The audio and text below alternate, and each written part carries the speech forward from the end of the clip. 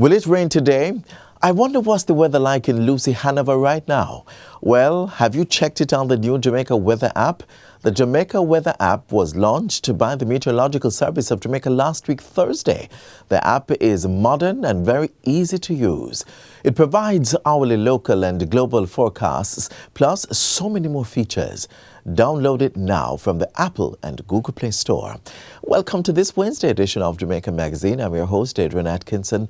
We have lots more to discover as we close out the month of July. Stay with us. Virgin, the road signs make the traffic environment safe. The green light means go. Red means stop. Amber also means stop. Yeah man, it don't mean you must speed up. And get this, even if the light's on green, when the traffic is thick, don't bother move off and block the intersection. And please, don't stop on a pedestrian crossing. Look out for children, the disabled and the elderly. Follow the signs so they all can arrive alive. Be a good road user. Obey the road signs and look out for each other.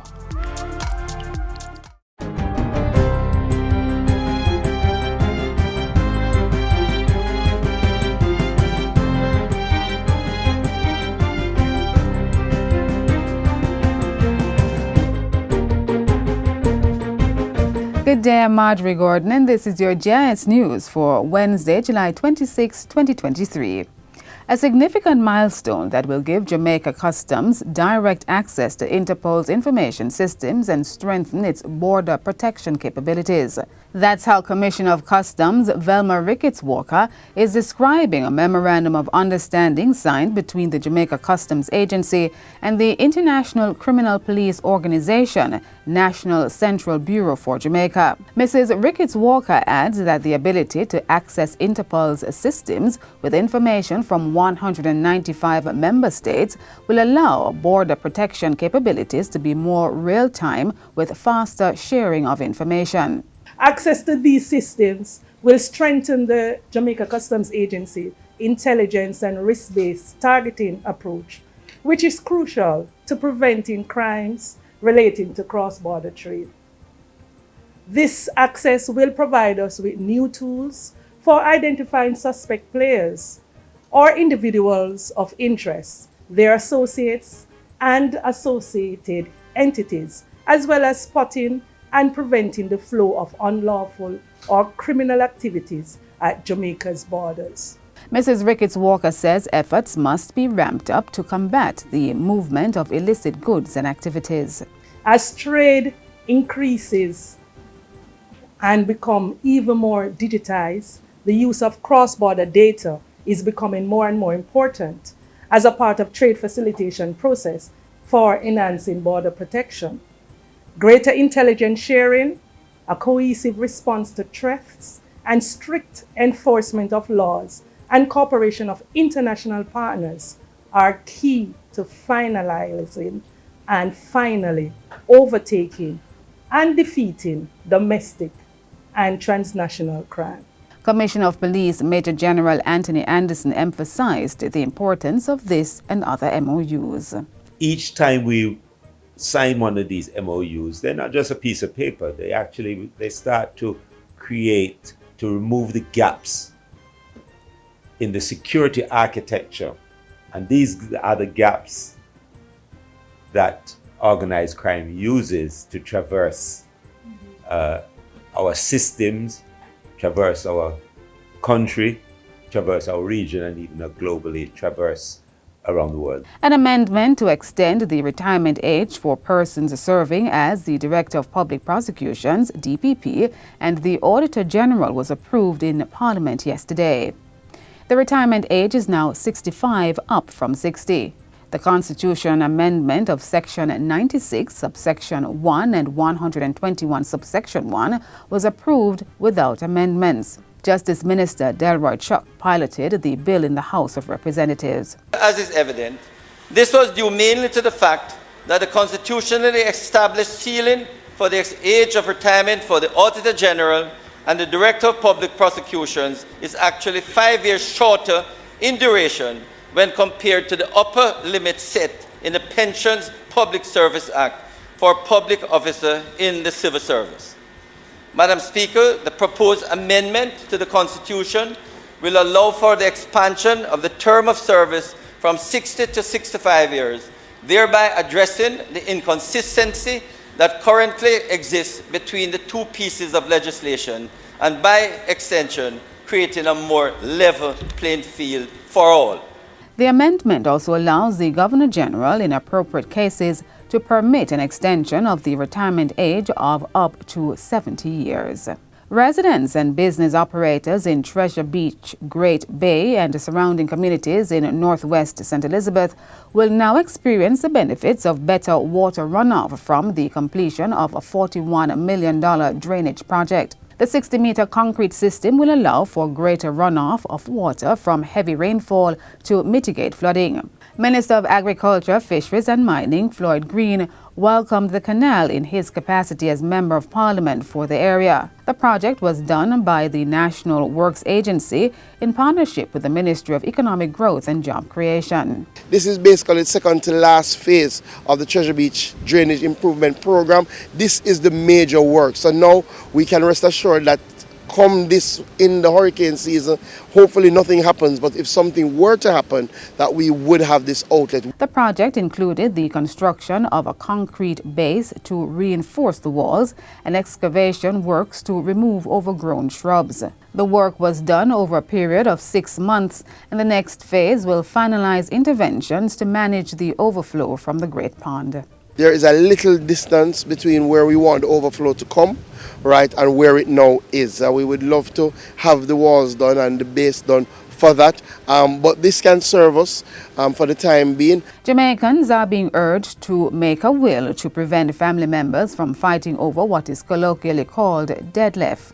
The appeal was made by Minister of Justice Delroy Chuck, who says this will also ease a burden on the Administrator General's Department, AGD. The agency has the responsibility for handling the estates of persons who die without making a will. Minister Chuck says the AGD is managing over $50 billion in property and continues to see increases of between 300 and 500 cases every year. Nothing creates more violence, grievances, conflicts, and death than deadlift. Across Jamaica, many of the deaths have occurred because of deadlift. People fighting over what they never expect, fighting over what they believe they should get, people fighting over what they think that the deceased person should have left for them. The Justice Minister says the making of a will ensures a smooth transfer of assets and minimizes conflicts among family members. The challenge you have, especially with persons who have children, when you don't make a will, the children suffer for many years until the Administrator General can put together whatever is available so that it can be distributed to the children. Minister Chuck was addressing the AGD's Securing Your Legacy Roadshow held at Sam Sharp Square in Montego Bay over the weekend. A will is a document containing instructions and wishes as to how persons want their estate, property and assets to be distributed after death. The Students' Loan Bureau, SLB, is increasing its grant in aid program year over year by 68%. Finance Minister Dr. Nigel Clark says last year, the SLB offered 3,000 grants at $50,000 each. This year, it's moving to 4,200 grants at $60,000 each. This means that 1,200 more people will benefit from the program. This is an incentive for Jamaicans interested in tertiary education to seek out the Student Loan Bureau, because you come and you access one of the Student Loan Bureau's targeted loans, you will automatically, if you are from a household where the income levels are $1.5 million or less, you will automatically receive a free grant, no repayment of $60,000. Minister Clark says the government is committed to increasing tertiary enrollment in Jamaica, which will enable greater productivity and growth. What we want to do is to boost the productivity of every individual in the country. And the way we do it is making sure that all individuals can be more productive in themselves. Dr. Clark was speaking at the launch of the SLB's new loans and grants recently.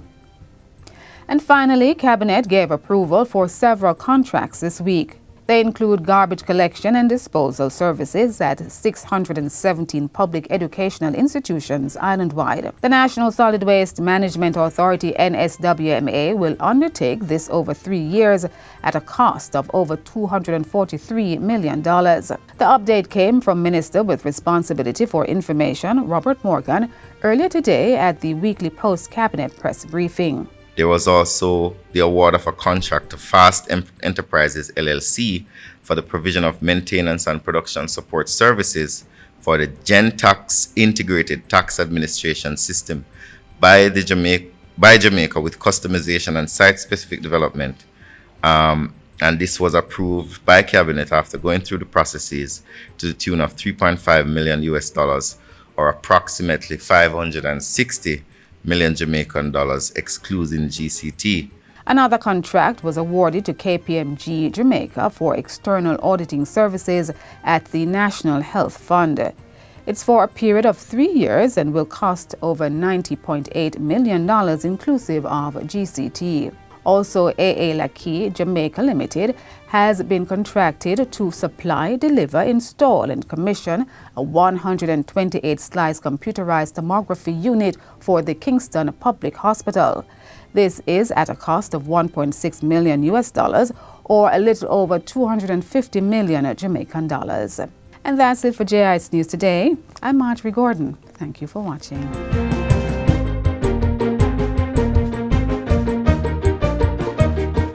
What's your favorite spot to visit in Jamaica this summer? Maybe you are into music, festivals, hiking, social causes, whatever your interests are.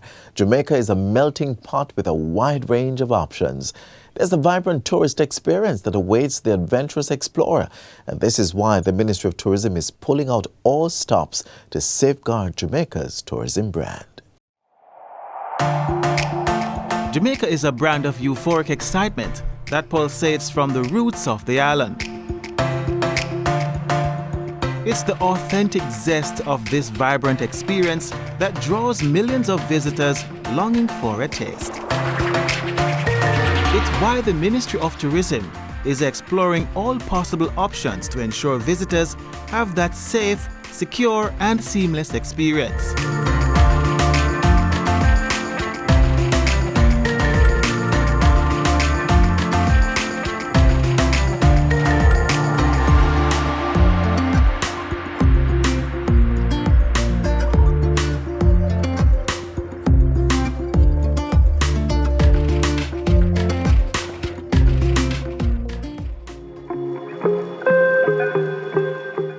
The Ministry of Tourism is on a mission to refine and solidify Jamaica's destination assurance policy through an island-wide consultation tour with stakeholders.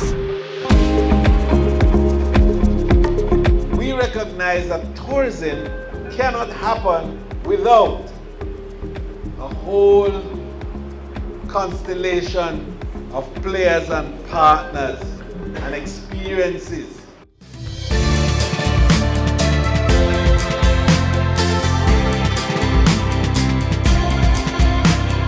There is no book that we can look in to find a destination assurance. So when we did the first concept paper, it was out of my head and my PS and our little team.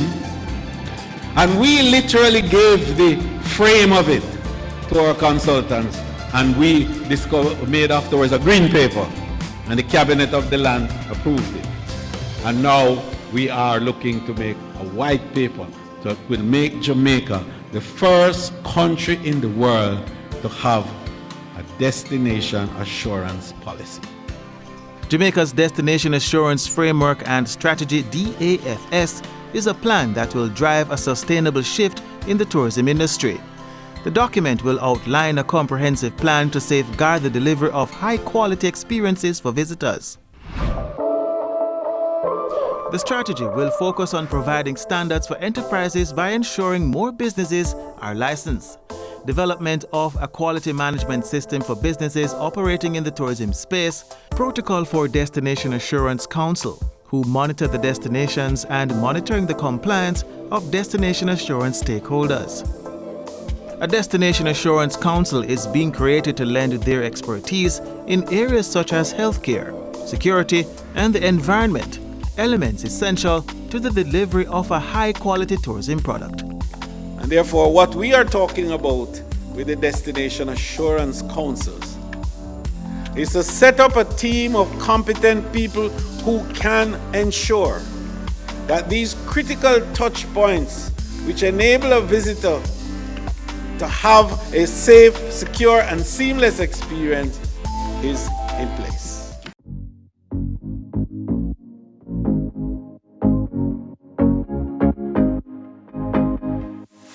Destination assurance is fully predicated on public order,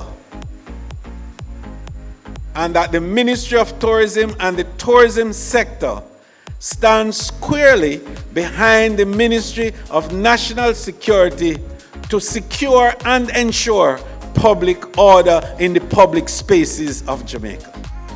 Reducing visitor harassment, ensuring proper disposal of solid waste, and maintaining order in resort areas are top priorities of the policy.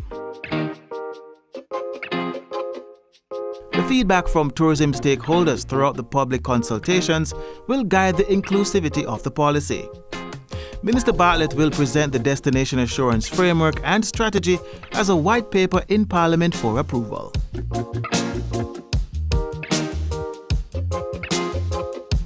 Destination assurance will also be included in the broader tourism strategy and action plan for Jamaica. The ministry is developing the strategy in partnership with the Inter-American Development Bank (IDB) and stakeholders from various industries. So destination assurance is about giving that confidence to the market that our promise cannot be second-guessed.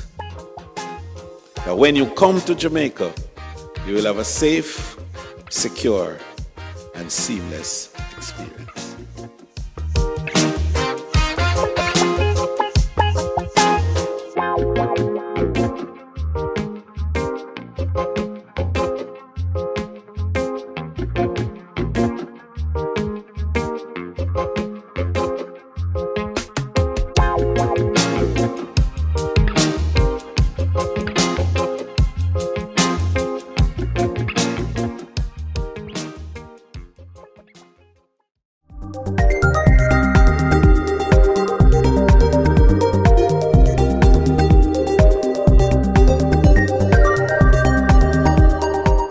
Up next, we're still on the page of national development, but this time it's centered on community building.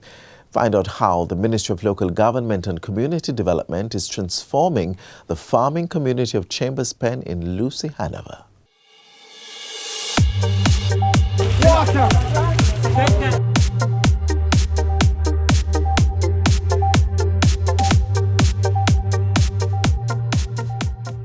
Today, I am going to be signing the contract with the contractors to commence work on the rehabilitation of your road here in Chambers Pen at a cost of over $89 million.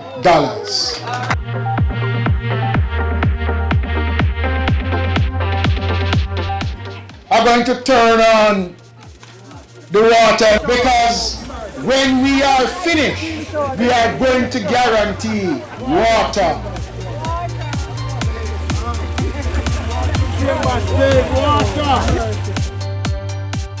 And for those persons who have not yet been connected, I am instructing Rural Water to continue the survey to add those persons who are willing to come on to the system to get that precious commodity inside of your house for the first time at last. We laid approximately 4 kilometers of pipeline in Chambers Pen, and we actually installed service connections.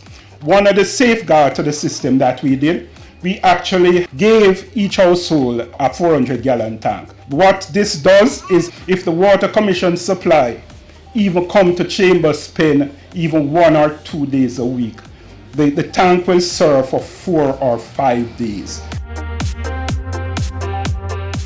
And I'm saying to Audley Thompson, if there is 200 more residents that don't get black tank, give them the 200 black tank that is required, so that everybody in Chambers Pen can have a black tank, so you can store the water. Chambers Pen is looking good. So today I want to tell you, thank you for your patience. Thank you for your continued patience, because the works are not yet complete, but you now know that it will be completed, right? Yes.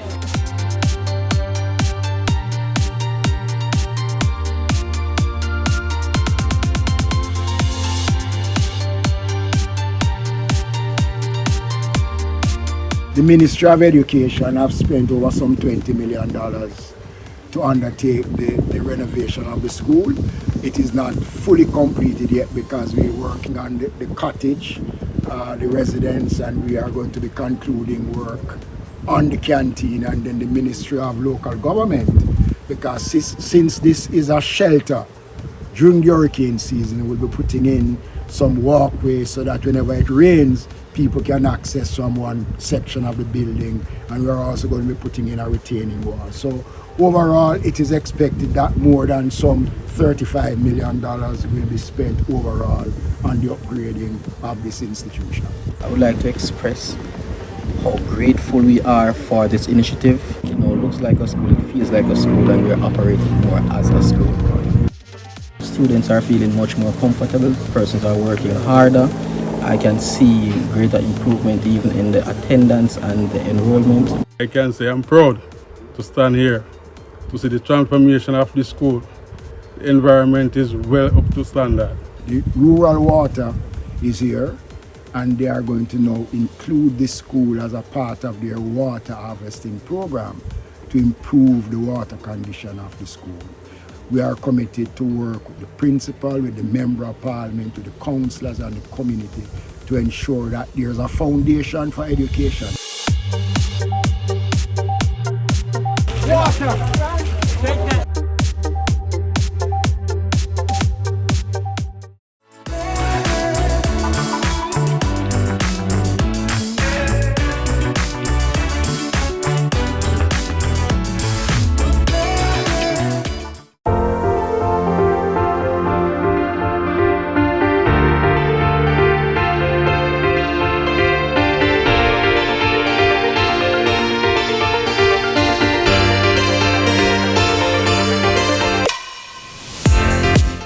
It was the third staging of the Grinnell's Driving School Defensive Driving Workshop, held in June as part of Road Safety Month activities.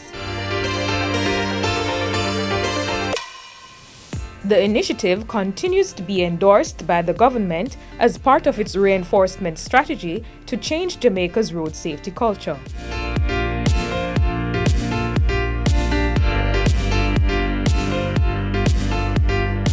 The main purpose for our defensive driving workshop is to educate drivers so that we can see a steady and ultimately drastic reduction in the number of persons who die on our road. So the emphasis of the program is really show people how to drive without having crashes. And we did what is called the collision prevention formula, which is actually have 3 basic steps in there. The first step is the R, which is to recognize traffic hazards, and then the U to understand the defense. What am I going to do about the potential crash situation that is pending? And therefore, the final step is action, and that is to act correctly in time. The managing director of Grinnell's Driving School says the feedback from the workshops has been very encouraging, and people are putting the techniques into practice.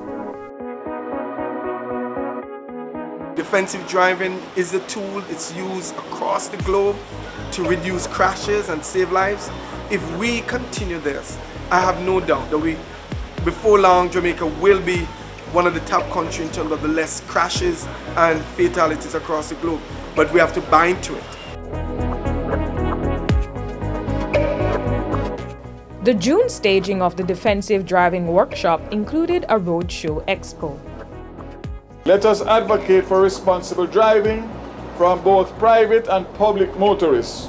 Embrace new technologies, obey the Road Traffic Act and regulations, and demand safer habits towards transportation. Together we can make a change and reduce fatalities. In our first look at defensive driving, we explored some techniques motorists can adopt. Driving instructor at Grinnell's Driving School, Seth Grinnell, has a few more tips to share.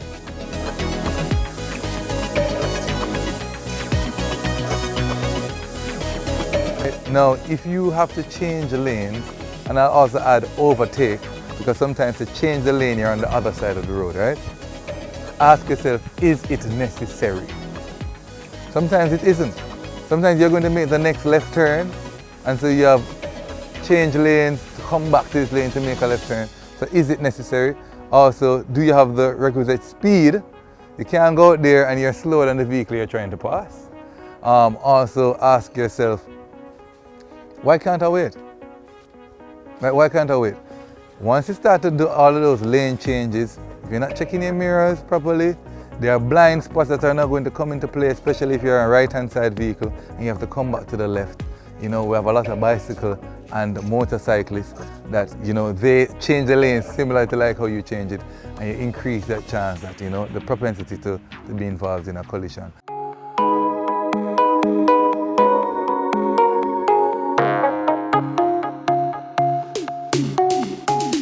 And the cell phone should not be used while driving. Driving is what I call a solo task. All our attention should be given to driving. So the social media, the vlogging should be done when you're in a stationary vehicle, not when you are driving. Also, I know people get distracted by real estate. You reach that age where you want to buy property. And so you're no longer looking at the road, but you're like, wow, that house color, and I wonder how much for the deposit. So I've seen these things. So a lot of things can distract you. And the list goes on. It is more for you to know that it's drive I'm on, one task, get to my destination safely, focus on the road.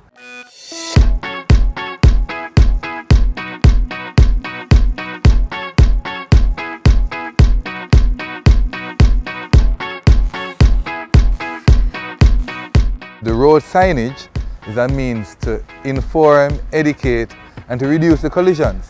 But if you don't know what the road sign is saying, if you disobey the road sign, then more than likely the effect will not be what you want it to be.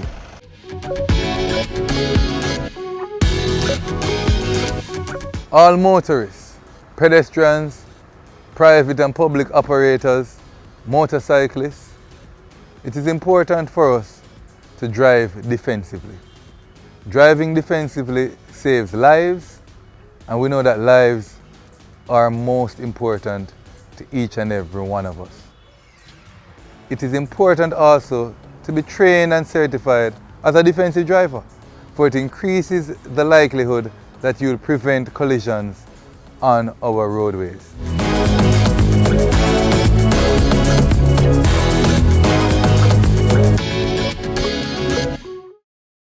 That's where we leave you on this edition of Jamaica Magazine. Be sure to join us again tomorrow for another edition of Jamaica Magazine.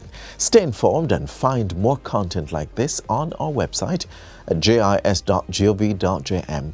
And don't forget to send your feedback on today's show or any of our programs via email to jamaicamagazine@jis.gov.jm. On behalf of the entire production team, I'm Matron Atkinson. Stay cool. This has been a production of the Jamaica Information Service, the voice of Jamaica.